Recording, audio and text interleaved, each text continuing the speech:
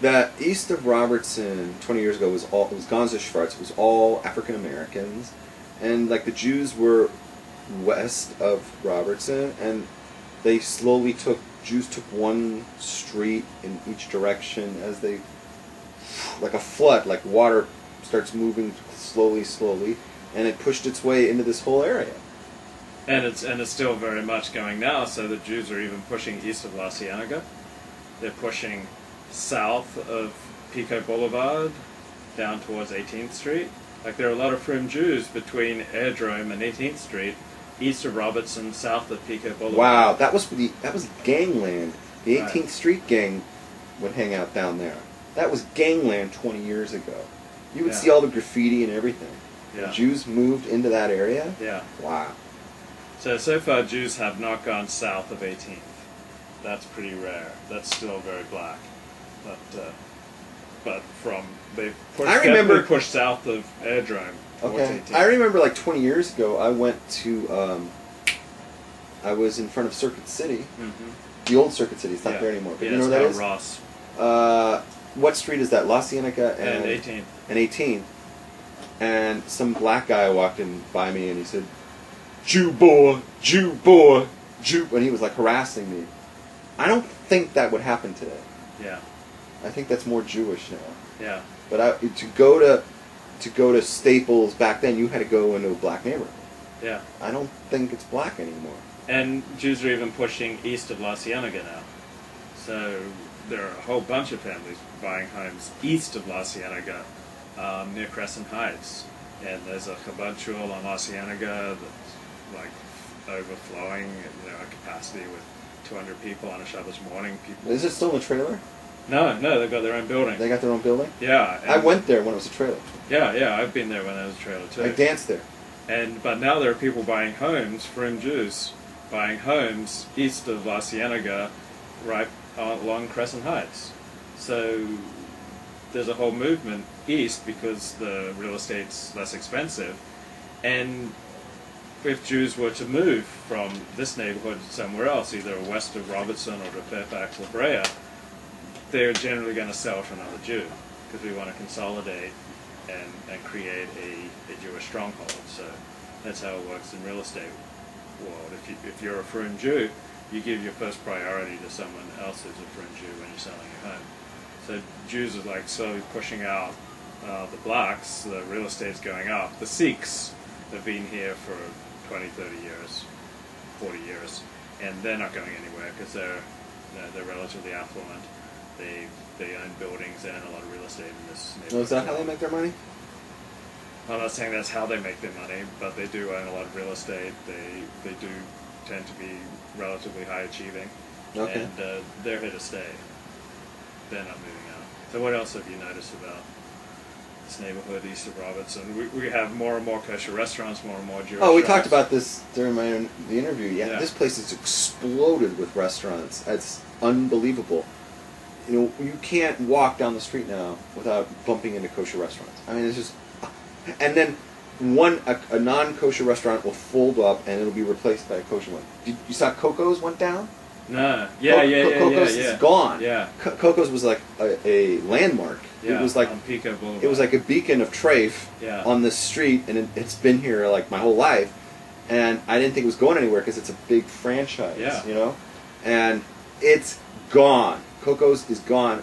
And the only question I have is it going to be replaced by a kosher restaurant? Because I would like to go in there. Yeah. Because it's probably going to be better than any of the other ones. Because it's like, let me tell you something. Kosher restaurants in my area, in this area, they're not really nice to go inside. If they usually they don't put a lot of value. Decor. It's like trashy, and for most part, you usually want to just take it home to eat yourself. Going in there, but Coco's, like people are going to go, Coco's is like Denny's. That's a step up for us. Yeah. In the Frum world, that's a step up. Yeah. Like in the Valley, there's a restaurant called Golan. Have you ever been there? No. Oh, it's wonderful. It's like a family restaurant. It used to be a Colony Kitchen, which is a treif restaurant, which was like a Denny's, right? Right. That's a step up for us. Right. It's got like a big, massive parking lot around it, Yeah. Well, it's the Valley, so there's room, and so like you pull up, you have like a lot of room for your car. It's not like a whole, where am I going to park? And You know what I mean? And then you go in there and it's like they got space. You know, there's like all these tables and they got booths and it's just comfortable. You know, like you give us a Denny's and we're like styling. We're frummies. You know, we're like used to much worse. And am I right on the real estate? Jews would tend to prefer to sell to fellow Jews, so that you Yeah, I can think so. build up a Jewish neighborhood. Right. Well, also what they do is they price everybody else out of existence. What happens is like this: Jews move into a neighborhood and instantly all the prices on the properties skyrocket. Because Jews take care of the property and they don't go around robbing people on the streets. Like quality of life improves in a Jewish neighborhood. Okay. Well, obviously it does. The free market determines that. Like people are willing to pay more to live in a Jewish neighborhood. Than Well, I think it's also this. Jews have a need. Frummy Jews have a need to live around other from Jews. Yeah. Explain this to Greg last time. Yeah, because you have to be within walking distance. You of have a to synagogue. You need a mikveh. You need kosher restaurants. You need kosher markets. You need Sforum bookstores. You need to live a Jewish life. You need a lot of Jewish amenities that come from living within communities. It's infinitely more easy to, if you want to do the frum thing, to be living in a frum neighborhood. Yeah. It's really difficult to the frum lifestyle, if you will, living out on your own in the middle of Sacramento. Yeah. Or worse, like really on your own, like where there's no Jews around, like Yucaipa. Yeah. You know what I mean? It's like some armpit and there's no Jews there. Yeah, you're not really living Judaism if you choose to do that, because Judaism is built to be lived in a community. It's not built to be lived on your own. Right, you don't have a minyan, you don't have anything. You're just on your own, right? And you can get away with stuff that if you lived in a community, you just can't get away with. Okay. That's kind of how Judaism's built, people to look after you and make sure you don't go off the derrick. So, a Jew who's looking for is always going to be, so there's always a person who needs to live in that area no matter how much it costs. Yeah. And I think frum Jews play off that. And this was a complaint I have in my book. The frum Jews love raising the rates of their property. And as a group, all the properties go up, up, up, up, up, and then it ends up that only the rich can afford to move in. Well, they can't raise them. They can only... The free market determines that. They can't say, I'm going to charge $10 million for this house if people are only willing to pay $3 million. So the free market determines people want to move into a Jewish neighborhood, and so they're willing to pay more to do it. It's not like people don't, one side of the demand supply equation don't decide the price. Okay, but here's the thing. Here's the thing. If I have, let's say, 10 people in a neighborhood, this is just for the sake of example, and all of them bought houses at $30,000. Yeah. And suddenly today they're all worth $3 million. Yeah. Okay? You paid $30,000. The house is now worth $30 million. You go to sell it, right? Yeah. Like you say, the market value of the house is going to be how much are houses going for in that neighborhood? Well, if the frummie is going to sell his house for $3 million, everybody's going to be selling their houses for $3 million. Now let's be logical. Who can afford to move into this neighborhood? But they don't determine the price.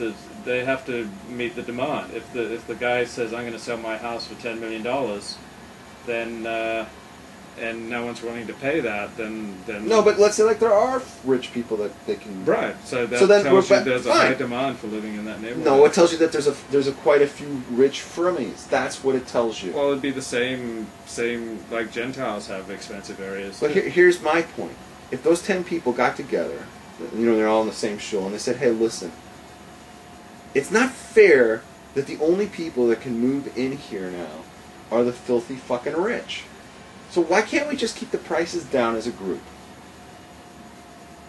And just say, hey, we came in for $30,000. We'd like to come out, with some profit, and we're going to sell them for $60,000. What would be wrong with that? We'll sell them to fellow Jews only. That's communism. Torah believes in private property. Like the community decides how much to sell a house for. That's decided. Okay. Well, let's look at it your way. Let's look at it your way. According to you, you have